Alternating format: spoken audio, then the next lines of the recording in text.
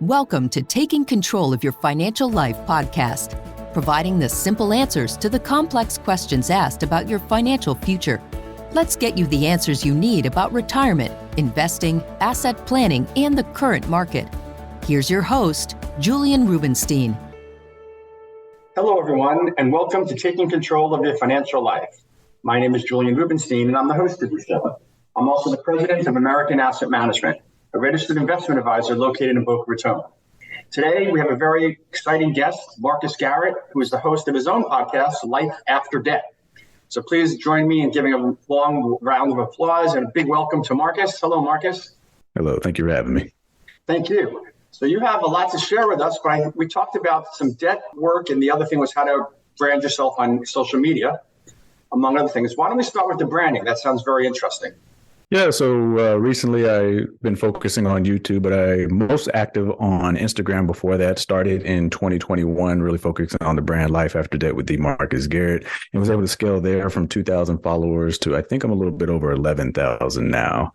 And really it was refocusing on a number of things. One of my favorite books that helped me kind of bring it all together is Key Person of Influence. And it talks about your 5P system, your pitch, your product, your partnerships, your profile. And then in my case would be publishing, which was a book that we talked about called Debt Free or Die Trying.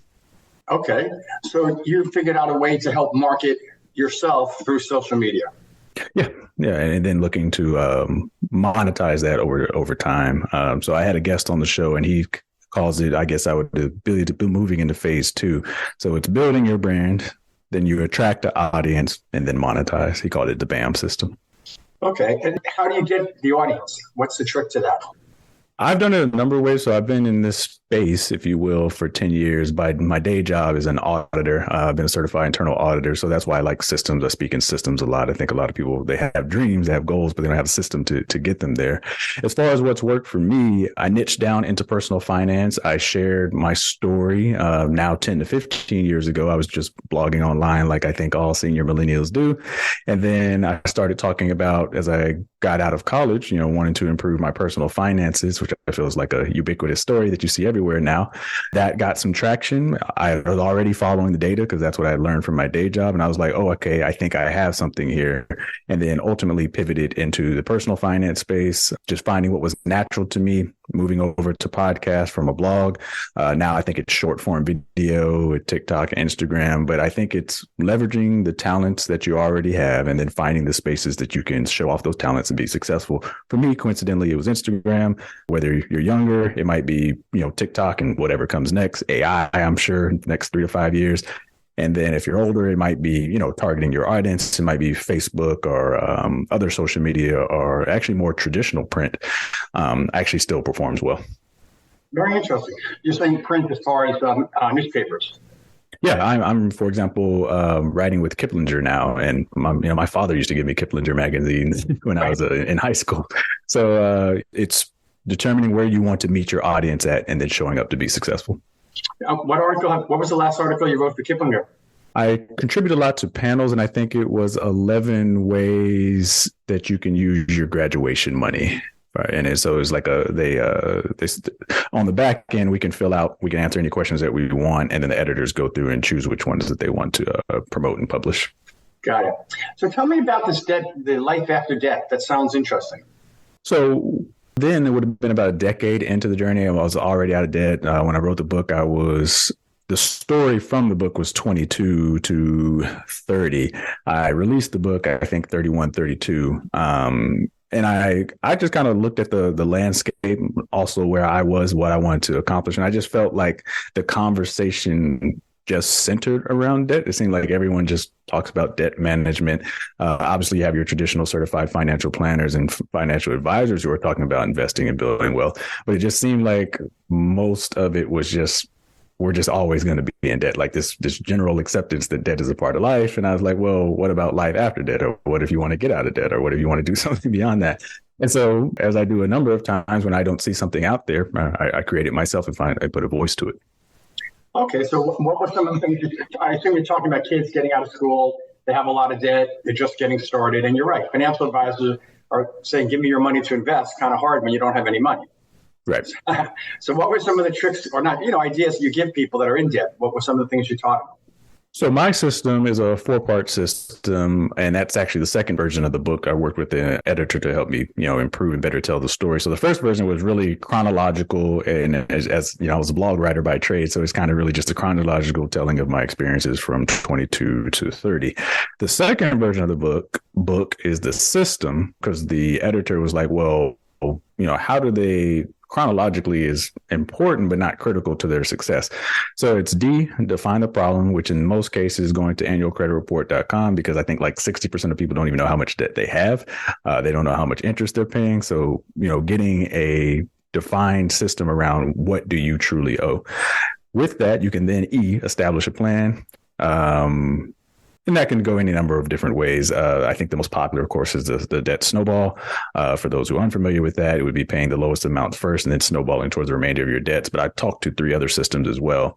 And then once you've got define, establish your plan, building a budget around that. One of my personal favorites happens to be 50, 30, and 20, just because I'm an auditor. I like systems. I like black and white lines to play within. But really, it's about what is the goal that you want to accomplish, and building a budget around that will allow you to be successful. People ask me all the time, what's the best system? And I answer all the time, this best system is the system that works. And then around that, T is trust the process. So DEBT, debt free, is the title of the book. Very interesting. Very interesting. I like that. You also talk about participation trophies. Can you speak about that and what those are? I feel like it doesn't come up as much, but I'm sure it still plagues the society. And it's just kind of really it kind of felt like, and maybe we still are, building a generation on showing up rather than merit. And I get the genesis behind that. We want all to succeed. We want all to have the ability to stand on the literal trophy stand. But as an elder or senior millennial, I'm 40, I still remember having to work. I had to win the race. I ran track. I had to come in first, second, or third if I wanted to stand on the first, second, or third. And so I missed that participation trophy timeline. And I guess I still have a chip on my shoulder about it. And I still preach and practice through, walking the walk, that some of these things that you want to succeed in life, where you're going to have to work for them. You're going to have to put them in system place. You're going to have some patience to see them be successful. And so it's the kind of a pushing back against just giving a participation trophy for showing up, quite literally for participating. Got it. Okay. So you've been doing this for a while. What's something you wish you knew when you started that you know now? I wish I had invested sooner in that, knowing that I could have. And what I mean by that is I just tackled the debt. Obviously, that plan was successful, but I did not realize that I could have been concurrently or simultaneously investing. There was nothing stopping me. I just had this singular focus on getting out of debt. And maybe a better way of saying that I heard recently, I'm in a mastermind, and, it was, school and really college by extension, in my opinion, and theirs as well, our shared opinion was it prepares you to be an employee. And so I didn't know about index funds. I didn't know about investments I could be making. I really didn't even, I probably scratched the surface, but I didn't know how I can go out and buy stocks. I just didn't know these things. And the quote is, teach the youth what you wish you had learned earlier. That would be something I wish I had learned earlier and embraced earlier. Right. I tell when I meet people, there's a great book by Harry Brown called Fail Safe Investing. And I think everybody should read it, and you'd love it. And it's really the fundamentals of investing. And and I agree with you. They don't teach anything about finance, investing in school. It's crazy that they don't do that. You're absolutely right. Really shocking. So you've obviously had a successful career up till now. What's your biggest challenge going forward? I would say it would be defining what's next. So I guess if you were to take it by decades, in my 20s, I had my debt to tackle. In my 30s, I had my career to tackle. A quote that I heard is, actually, my father told me, so yeah, I should attribute accordingly, because he's going to be like, you heard it from me, is use your 20s to learn, 30s to apply, 40s to teach and mentor. And so I'm now in that next pivot of figuring out what teaching and mentoring looks like, which I think I've scratched the surface of it through the podcast and through the book. But I guess it's maybe sticking with the theme of the participation trophy. It's what does my next race look like? And it's interesting because I've done all these talks, done all these chats. I've talked about paycheck plateaus, and I've probably maybe 1 or 2 promotions away from the top of my career. Yet I have 25 more years of work to do. So I've been a division manager. I've been near director level. So there's probably assistant director, and maybe director or something like that left for me. But I've got 25 more years of life to occupy, assuming a traditional retirement age of 65 or something like that. So what does that next 25-year period look like? For me, I don't think I'll be remembered for my amazing audit reports. So I'm looking at what my impact and legacy will be on the world. That's great. That's a good challenge to have. And I'm sure you will rise to the challenge, I have no doubt. Is there anything else you want to share with our audience that we haven't covered today? Well, that they can watch that journey. I just pivoted into Life After Debt with the Marcus Garrett, most active now and focusing on YouTube. I just feel like, once again, surveying the landscape, although YouTube is 10 to 15 years old, I still think it'll be one of the platforms that stands the test of time, and they have adapted well to all the changes. And you will be able to see me walk that journey in real time. And I'm doing that through 2 forms. I have the traditional personal finance, which is Life After Debt with the Marcus Garrett, universally branded, which is why I keep dropping that name. And my pitch there, going back to the 5 Ps, is to help working professionals who are struggling with burnout find easier ways or better ways to make and keep more money. Traditional personal finance, interviewing your favorite influencers and entrepreneurs about their journey, either through or to Life After Debt. What I think will actually be my next thing that I'll be talking about in the next 10 years will actually be a second channel that I just launched and I'm rebranding around, and that's How To with the Marcus Garrett.